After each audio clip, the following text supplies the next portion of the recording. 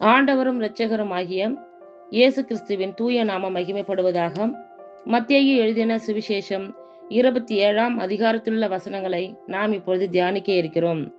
விடியற் காலமான போது சகல பிரதான ஆசாரியரும் ஜனத்தின் மூப்பரும் இயேசுவை கொலை செய்யும்படி அவருக்கு விரோதமாக ஆலோசனை பண்ணி அவரை கட்டி கொண்டு போய் தேசாதிபதியாகிய பொந்தியு பிலாத்துவினிடத்தில் ஒப்பு கொடுத்தார்கள்.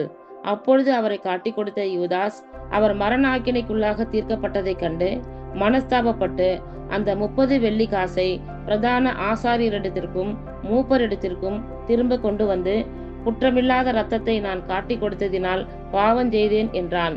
அதற்கு அவர்கள், எங்களுக்கு என்ன, அது உன் பாடு என்றார்கள். அப்பொழுது அவன் அந்த வெள்ளி காசை தேவாலயத்திலே எறிந்துவிட்டு புறப்பட்டு போய் நான்று கொண்டு செத்தான். பிரதான ஆசாரியர் அந்த வெள்ளிக்காசை எடுத்து, இது இரத்த கிரயமானதால் காணிக்கை பெட்டியிலே இதை போடலாகாதென்று சொல்லி ஆலோசனை பண்ணின பின்பு அந்நியரை அடக்கம் பண்ணுவதற்கு கொய்யவனுடைய நிலத்தை அதனாலே கொண்டார்கள். இது நிமித்தம் அந்த நிலம் இந்நாள் வரைக்கும் இரத்த நிலம் எண்ணப்படுகிறது. இஸ்ரவேல் புத்திரரால் மதிக்கப்பட்டவருக்கு கிரியமாகிய 30 வெள்ளிக்காசை அவர்கள் எடுத்து, கர்த்தர் எனக்கு கற்பித்தபடி கொய்யவனுடைய நிலத்திற்காக அதை கொடுத்தார்கள் என்று எரேமியா தீர்க்கதரிசியால் உரைக்கப்பட்டது அப்பொழுது நிறைவேறிற்று. இயேசு தேசாதிபதிக்கு முன்பாக நின்றார். தேசாதிபதி அவரை நோக்கி, நீ யூதருடைய ராஜாவா என்று கேட்டான். அதற்கு இயேசு, நீர் சொல்லுகிறபடிதான் என்றார்.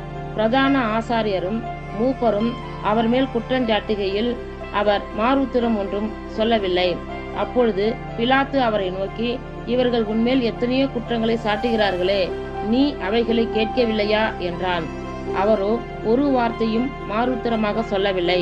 அதனால் தேசாதிபதி மிகவும் ஆச்சரியப்பட்டான்.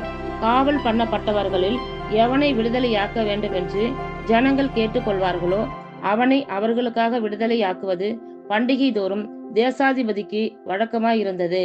அப்பொழுது காவல் பண்ணப்பட்டவர்களில் பரபாஸ் எனப்பட்ட பெயர் போன ஒருவன் இருந்தான்.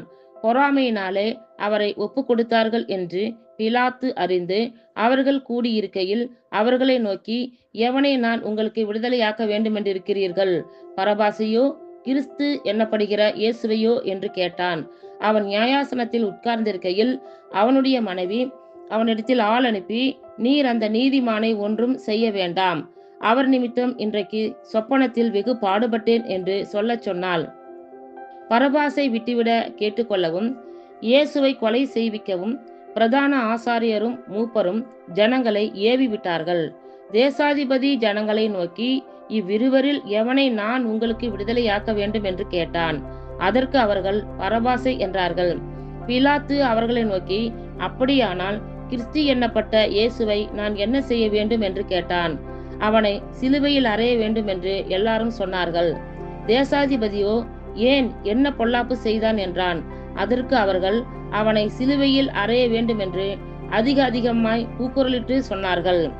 கலகம் அதிகமாகிறதே அல்லாமல் தன் பிரயத்தனத்தினாலே பிரயோஜனமில்லை என்று பிலாத்து கண்டு தண்ணீரை அள்ளி ஜனங்களுக்கு முன்பாக கைகளை கழுவி, இந்த நீதிமானுடைய இரத்தப்பழிக்கு நான் குற்றமற்றவன், நீங்களே பார்த்து கொள்ளுங்கள் என்றான். அதற்கு ஜனங்கள் எல்லாரும், இவனுடைய இரத்தப்பழி எங்கள் மேலும் எங்கள் பிள்ளைகள் மேலும் இருப்பதாக என்று சொன்னார்கள். அப்பொழுது அவன் பரபாசை அவர்களுக்கு விடுதலையாக்கி இயேசுவையோ வாரினால் அடிப்பித்து சிலுவையில் அறையும்படிக்கு ஒப்பு கொடுத்தான். அப்பொழுது தேசாதிபதியின் போர் சேவகர் இயேசுவை தேசாதிபதியின் அரண்மனையிலே கொண்டு போய் போர் சேவகரின் கூட்டம் முழுவதையும் அவரிடத்தில் கூடி வரச் செய்து அவர் வஸ்திரங்களை கழற்றி சிவப்பான மேலங்கியை அவருக்கு உடுத்தி முள்ளுகளால் ஒரு முடியை பின்னி அவர் சிரசின் மேல் வைத்து அவர் வலது கையில் ஒரு கோலை கொடுத்து அவர் முன்பாக முழங்காற்படியிட்டு, யூதருடைய ராஜாவே வாழ்க என்று அவரை பரியாசம் பண்ணி அவர் மேல் துப்பி அந்த கோலை எடுத்து அவரை சிரசில் அடித்தார்கள். அவரை பரியாசம் பண்ணின பின்பு அவருக்கு உடுத்தின மேலங்கியை கழற்றி அவருடைய வஸ்திரங்களை அவருக்கு உடுத்தி அவரை சிலுவையில் அறையும்படி கொண்டு போனார்கள். போகையில் சிரேனே ஊரானாகிய சீமோன் என்னப்பட்ட ஒரு மனுஷனை அவர்கள் கண்டு அவருடைய சிலுவையை சுமக்கும்படி அவனை பலவந்தம் பண்ணினார்கள். கபாலஸ்தலம் என்று அர்த்தம் கொள்ளும் கொல்கொதா என்னும் இடத்துக்கு அவர்கள் வந்தபோது கசப்பு கலந்த காடியை அவருக்கு குடிக்க கொடுத்தார்கள். அவர் அதை ருசி பார்த்து குடிக்க மனதில்லாதிருந்தார். அவரை சிலுவையில் அறைந்த பின்பு அவர்கள் சீட்டு போட்டு அவருடைய வஸ்திரங்களை பங்கிட்டு கொண்டார்கள். என் வஸ்திரங்களை தங்களுக்குள்ளே பங்கிட்டு என் உடையின் பேரில் சீட்டு போட்டார்கள் என்று தீர்க்கதரிசியால் உரைக்கப்பட்டது நிறைவேறும்படி இப்படி நடந்தது. அவர்கள் அங்கே உட்கார்ந்து அவரை காவல் காத்து கொண்டிருந்தார்கள். அன்றியும் அவர் அடைந்த ஆக்கினையின் முகாந்தரத்தை காண்பிக்கும் பொருட்டு, இவன் யூதருடைய ராஜாவாகிய இயேசு என்று எழுதி அவர் சிரசுக்கு மேலாக வைத்தார்கள். அப்பொழுது அவருடைய வலது பக்கத்தில் ஒருவனும் அவருடைய இடது பக்கத்தில் ஒருவனுமாக 2 கள்ளர் அவரோடே கூட சிலுவைகளில் அறையப்பட்டார்கள்.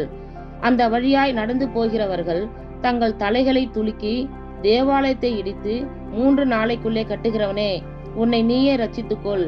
நீ தேவனுடைய குமாரனானால் சிலுவையிலிருந்து இறங்கி வா என்று அவரை தூஷித்தார்கள். அப்படியே பிரதான ஆசாரியரும் வேத பாரகரும் மூப்பரும் பரியாசம் பண்ணி, மற்றவர்களை ரட்சித்தான், தன்னைத்தான் ரட்சித்துக் கொள்ள திராணி இல்லை. இவன் இஸ்ரவேலின் ராஜாவானால் இப்பொழுது சிலுவையிலிருந்து இறங்கி வரட்டும், அப்பொழுது இவனை விசுவாசிப்போம். தன்னை தேவனுடைய குமாரன் என்று சொல்லி தேவன் மேல் நம்பிக்கையாய் இருந்தானே, அவர் இவன் மேல் பிரியமாயிருந்தால் இப்பொழுது இவனை ரட்சிக்கட்டும் என்றார்கள். அவரோடே கூட சிலுவைகளில் அறையப்பட்ட கள்ளரும் அந்தபடியே அவரை நிந்தித்தார்கள். 6 மணி நேரம் முதல் 9 மணி நேரம் வரைக்கும் பூமி எங்கும் அந்தகாரம் உண்டாயிற்று.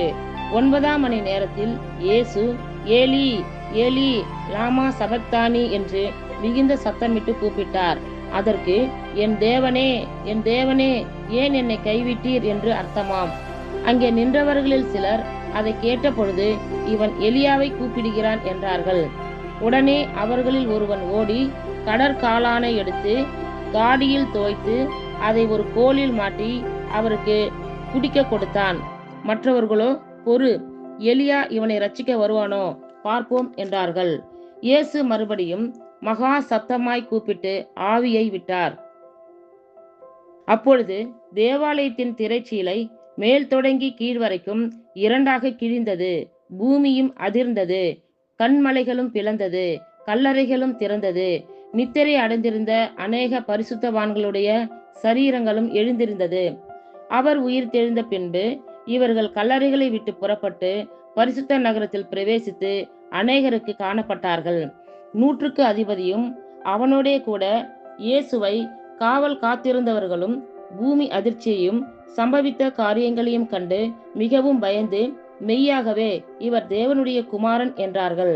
மேலும் இயேசுவுக்கு ஊழியம் செய்யும்படி கலிலியாவில் இருந்து அவரோடே வந்திருந்த அநேக ஸ்திரீகள் அங்கே தூரத்திலே நின்று பார்த்து கொண்டிருந்தார்கள். அவர்களுக்குள்ளே மகதலேனா மரியாளும், யாக்கோபுக்கும் யோசேக்கும் தாயாகிய மரியாளும், செபதேயுவின் குமாரருடைய தாயும் இருந்தார்கள். சாயங்காலமான போது இயேசுவுக்கு சீஷனும் ஐஸ்வர்யமானவாயிருந்த யோசேப்பு என்னும் பெயர் கொண்ட அரிமத்தியா ஊரானாகிய ஒரு மனுஷன் வந்து பிலாத்துவினிடத்தில் போய் இயேசுவின் சரீரத்தை கேட்டான். அப்பொழுது சரீரத்தை கொடுக்கும்படி பிலாத்து கட்டளையிட்டான். யோசேப்பு அந்த சரீரத்தை எடுத்து துய்யதான மெல்லிய துப்பட்டியிலே சுற்றி தான் கண்மலையில் வெட்டியிருந்த தன்னுடைய புதிய கல்லறையிலே அதை வைத்து கல்லறையின் வாசலில் ஒரு பெரிய கல்லை புரட்டி வைத்து போனான்.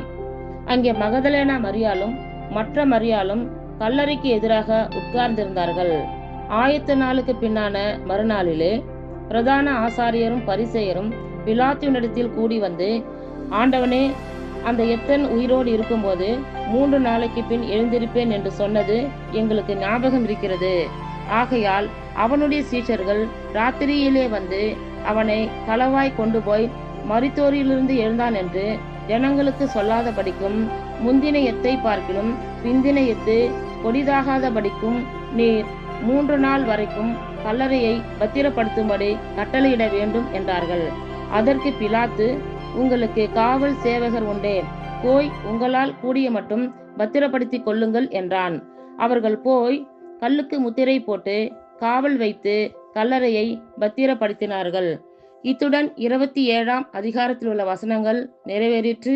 கர்த்தர் தாமே நம் எல்லோரையும் ஆசீர்வதிப்பாராக. ஆமேன்.